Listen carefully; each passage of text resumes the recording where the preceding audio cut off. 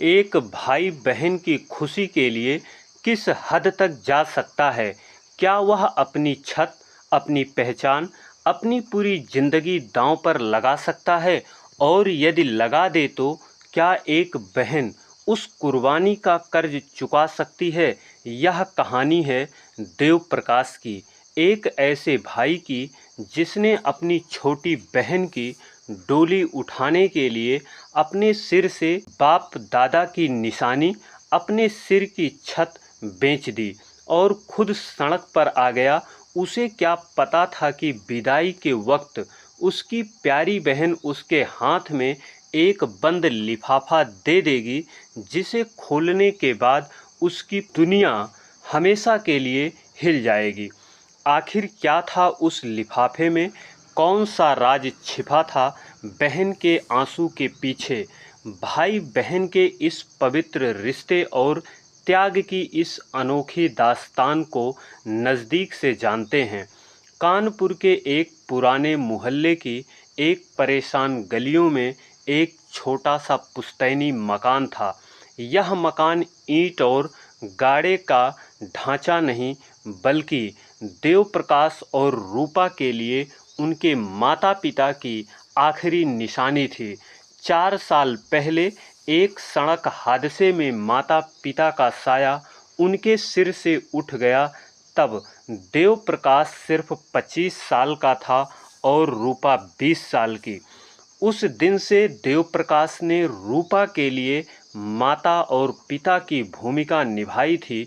उसने अपनी पढ़ाई भी बीच में छोड़ दी और एक छोटी सी दुकान में नौकरी करने लगा, ताकि रूपा की कॉलेज की पढ़ाई में कोई रुकावट न आए। दोनों भाई बहन की दुनिया एक दूसरे में ही बसती थी। देव प्रकाश सुबह काम पर जाने से पहले बहन रूपा के लिए नाश्ता बनाता और रूपा कॉलेज से लौटकर अपने भाई के लिए गर्मा गर्म खाना बनाकर तैयार रखती। घर में भले ही पैसों की किल्लत थी, पर भाई बहन के प्यार में कोई कमी नहीं थी। देव प्रकाश का बस एक ही सपना था कि वह अपनी बहन रूपा की शादी इतनी धूमधाम से करे कि स्वर्ग में बैठे उनके माता पिता के आत्मा को भी शांति मिले। वह चाहता था कि रूपा को कभी यह महसूस ना हो कि उसके सिर पर माँ बाप का हाथ नहीं है। समय बीतता गया। रूपा ने अपना ग्रेजुएशन पूरा कर लिया। वह बहुत सुंदर तो थी ही, सुशील और संस्कारी भी थी। जल्द ही उसके लिए एक बहुत ही अच्छे घर से शादी के लिए रिश्ता आया। लड़के का नाम रोहित था, एक बैंक मैनेजर था और उसके परिवार वाले बहुत सुलझा हुआ, सीधा और नेक दिल था। रोहित और उसके परिवार वालों को रूपा पहली नज़र में पसंद आ गई। उन्होंने शादी में दहेज की कोई मांग नहीं की। उन्होंने इतना कहा कि बस हम तो अपनी बहू को लेने आए हैं, शादी आप अपनी खुशी और सहूलियत के हिसाब से कर दीजिएगा। ये सुनकर देव प्रकाश की चिंता थोड़ा कम तो हुई, पर उसका सपना अभी भी वही था, अपनी बहन को एक रानी की तरह विदा करने का। उसने शादी की तैयारी की पूरी लिस्ट बनाई। अच्छा सा बैंकेट हॉल, शहर का सबसे अच्छा कैटर, रूपा के लिए डिजाइनदार लहंगा और बारातियों की खातिरदारी में कोई कमी न रह जाए, इन सब में अच्छा खासा खर्च था। उसने अपनी सारी जमा पूंजी का हिसाब किया तो पता चला वह शादी के कुल खर्च का आधा भी नहीं है। उसने दोस्तों से उधार मांगने के लिए सोचे, बैंक से लोन लेने के लिए भी भागा दौड़ी की, पर हर जगह से निराशा ही हाथ लगी। दिन बीतते जा रहे थे और शादी की तारीख नज़दीक आ रही थी। देव प्रकाश की नींदें छिन गई थी। वह रूपा के सामने तो मुस्कुराता रहता, पर अकेले में उसकी आंखों में एक गहरी चिंता और बेबसी रहती। एक रात जब उसे कोई रास्ता नहीं सूझा तो उसने अपनी जिंदगी का सबसे मुश्किल और सबसे बड़ा फैसला लिया। उसने फैसला किया वह अपने इस पुश्तैनी मकान को बेच देगा। यह ख्याल आते ही उसका दिल कांप उठा। इस मकान में उसकी बचपन की यादें थी, माँ के हाथ के बनी रोटियों की खुशबू थी, पिता का डांट और प्यार था। इस घर की हर दीवार ने उन्हें हंसते रोते देखा था। इसे बेचने का मतलब अपनी जड़ और पहचान को बेचने जैसा था। पर दूसरी तरफ उसके बहन की शादी की खुशी थी, उसका सपना था। उसने सोचा ये मकान तो चार दीवारें हैं, मेरी असली दुनिया तो मेरी प्यारी बहन है। अगर उसकी खुशी के लिए मुझे सड़क पर भी आना पड़े तो मैं तैयार हूँ। उसने ये सब बात रूपा से पूरी तरह छिपा कर रखी।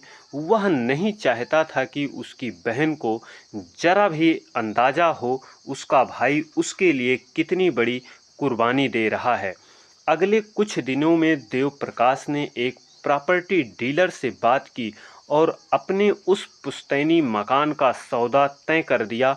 खरीदार ने उसे शादी के खर्चे के लिए एडवांस में एक बड़ी रकम दे दी और बाकी की रकम शादी के ठीक बाद मकान खाली करते समय देने का वादा किया।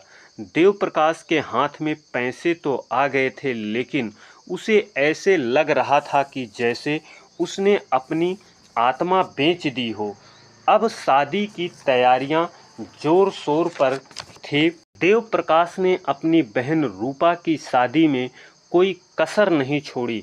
शहर का सबसे महंगा बैंकेट हॉल बुक किया गया, तरह तरह के पकवान की लिस्ट तैयार हुई और रूपा के लिए मुंबई से खास डिजाइनर लहंगा मंगवाया गया। रूपा अपने भाई का यह प्यार देखकर हैरान थी। भैया, आप इतना सब क्यों कर रहे हैं? रोहित के घर वाले तो बहुत अच्छे हैं, उन्हें इन सब की कोई ज़रूरत नहीं। देव प्रकाश अपनी बहन के बालों को सहलाते हुए कहता, पगली, ये सब मैं उनके लिए नहीं, अपनी खुशी के लिए कर रहा हूँ। मेरी एक ही प्यारी सी बहन है, यदि उसकी शादी में कोई कमी रह गई तो मैं उसे कभी माफ़ नहीं कर पाऊँगा। रूपा अपने भाई के इस प्यार को देखकर भावुक हो जाती है। वह उस मुस्कान के पीछे छिपे दर्द और त्याग से पूरी तरह अनजान थी। शादी का दिन आ गया। पूरा मोहल्ला रोशनी से जगमगा रहा था। रूपा लाल जोड़े में किसी परी से कम नहीं लग रही थी। देव प्रकाश अपनी बहन को देखकर अपने सारे गम दुख भूल गया। बारात आई, धूमधाम से स्वागत हुआ, जयमाला हुई और फेरे पड़े। देव प्रकाश हर रस्म में आगे आगे था। एक जिम्मेदार भाई की तरह हर चीज का ध्यान रखा।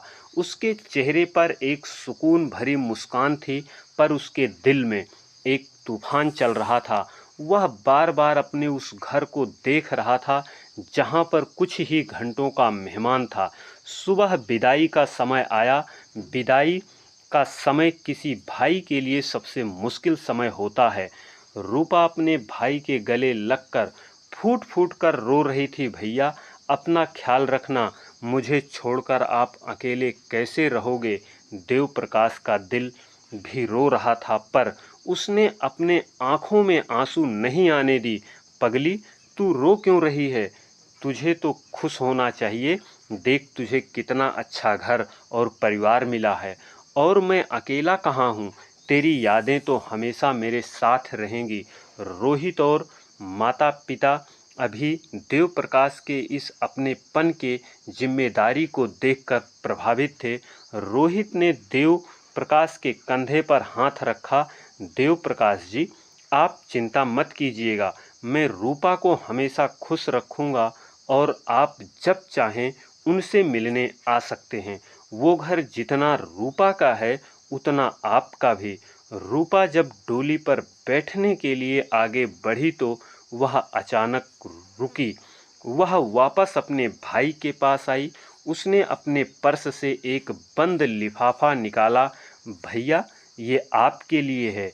देव ने हैरानी से पूछा, ये क्या है रूपा? रूपा की आंखों में आंसू थे, पर उसकी आवाज़ में एक अजीब सा निश्चय था।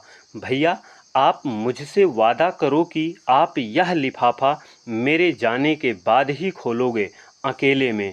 देव प्रकाश कुछ समझ नहीं पाया, पर उसने अपनी बहन की खुशी के लिए वादा कर लिया।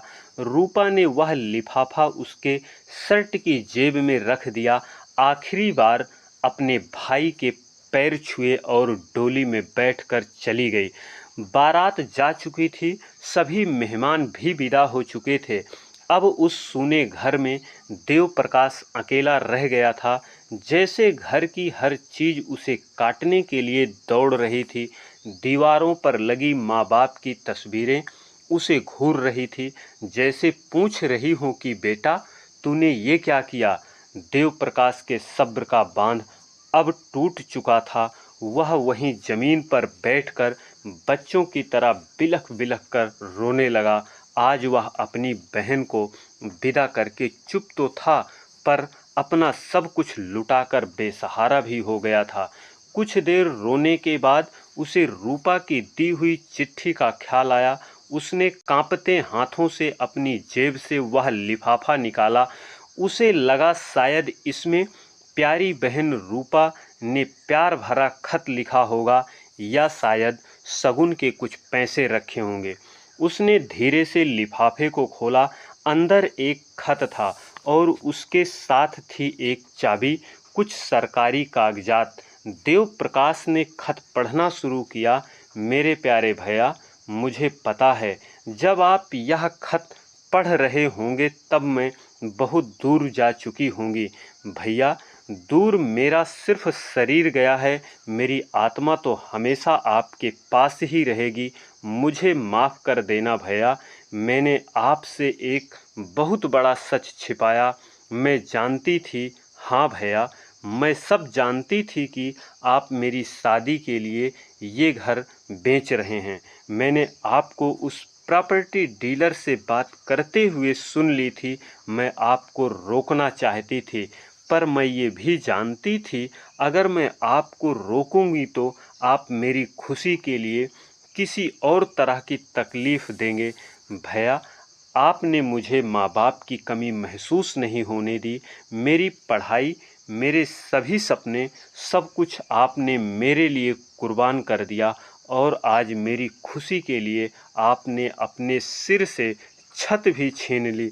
लेकिन मैं इतनी खुदगर्ज कैसे हो सकती हूँ कि अपने भाई को रोड पर लाकर डोली सजा लूँ। भैया, मैंने और रोहित ने मिलकर एक छोटा सा फैसला लिया। रोहित मेरी भावनाओं की बहुत इज्जत करते हैं। जब मैंने उन्हें यह बात बताई तो उन्होंने एक पल नहीं सोचा आपके लिए एक छोटा सा नया घर खरीदा है। हाँ भैया, ये सच है। इस लिफाफे में उस घर की चाबी और कागजात हैं। ये घर आपके घर के जितना बड़ा नहीं है, पर यह हमारा प्यार है। आपकी कुर्बानी आगे एक छोटा सा नजराना है। प्लीज़ आप मना मत कीजिएगा, वरना आपकी ये बहन कभी खुश नहीं रह पाएगी। आपकी छोटी बहन रूपा। खत पढ़ते पढ़ते देव प्रकाश की पूरी दुनिया जैसे हिल गई। उसके हाथ से चाबी और खत नीचे जमीन पर गिर गए। उसकी आंखों से आंसू नहीं बल्कि भावनाओं का एक ऐसा सैलाब बह रहा था जिसे वह रोक नहीं पा रहा था। वह हंस रहा था, रो रहा था, उसे खुद समझ नहीं आ रहा था कि वह क्या करे। उसकी बहन, जिसे वह एक नादान बच्ची समझता था, वह इतनी समझदार, इतनी बड़ी कब हो गई, उसे पता ही नहीं चला। उसने सोचा था कि वह अपनी बहन के लिए त्याग कर रहा है। उसकी बहन उसके लिए प्यार और सम्मान का एक ऐसा महल खड़ा कर दिया था जिसकी कोई कीमत नहीं। उसने जमीन से चाबी उठाई और उसे अपने माथे से लगा लिया। वह रात भर सो नहीं सका। अगली सुबह वह उस पते पर पहुंचा तो उस कागजात में लिखा था, शहर के एक शांत इलाके में एक छोटा सा सुंदर सा मकान था, जिसके बाहर बोर्ड पर लिखा था, देव प्रकाश रूपा आवास। यह देखकर देव प्रकाश की आंखें फिर भर आईं। उसने चाबी से दरवाज़ा खोला। घर के अंदर पूरी तरह अच्छे से सजा हुआ था, ज़रूरत का हर सामान अच्छे से रखा था। दीवारों पर उसकी और रूपा की फ़ोटो लगी थी, साथ में उनके माता-पिता की भी एक बड़ी-सी फ़ोटो थी। ऐसा लग रहा था कि ये घर नहीं, बिल्कुल स्वर्ग है। देव प्रकाश ने अपनी बहन को फ़ोन किया। फ़ोन उठाते ही रूपा रो पड़ी, भैया आपको घर पसंद आया? देव प्रकाश की आवाज़ें नहीं निकल रही थीं। पगली, ये तूने क्या किया? इतना बड़ा तोहफ़ा कोई देता है क्या? रूपा ने सिसकते हुए कहा, भैया ये तोहफ़ा नहीं, आप हैं। आपने जो मेरे लिए किया है उसके आगे तो ये कुछ भी नहीं। उस दिन भाई बहन फ़ोन पर काफ़ी देर तक रोते रहे, पर आज ये आंसू खुशी के थे, प्यार के थे, उस अटूट रिश्ते के थे जिसे दुनिया की कोई दौलत खरीद नहीं सकती। तो दोस्तों, ये रही देव प्रकाश और रूपा की कहानी। यह हमें सिखाती है कि भाई बहन का रिश्ता दुनिया का सबसे अनमोल रिश्ता होता है, जहाँ त्याग और प्यार की कोई सीमा नहीं होती। एक भाई अपनी बहन के लिए अपना सब कुछ लुटा सकता है, तो एक बहन भी अपने भाई के सिर पर छत बनाए रखने के लिए हर हद से गुजर सकती है। कहानी अच्छी लगी हो तो वीडियो को लाइक करें, शेयर करें। अगर अभी तक चैनल को सब्सक्राइब नहीं किया है तो प्लीज़ चैनल को सब्सक्राइब करें। आपके एक सब्सक्राइब से हमारा हौसला बढ़ता है। फिर मिलते हैं अगली वीडियो में इसी तरह की एक नई कहानी के साथ। तब तक के लिए जय हिंद, जय भारत।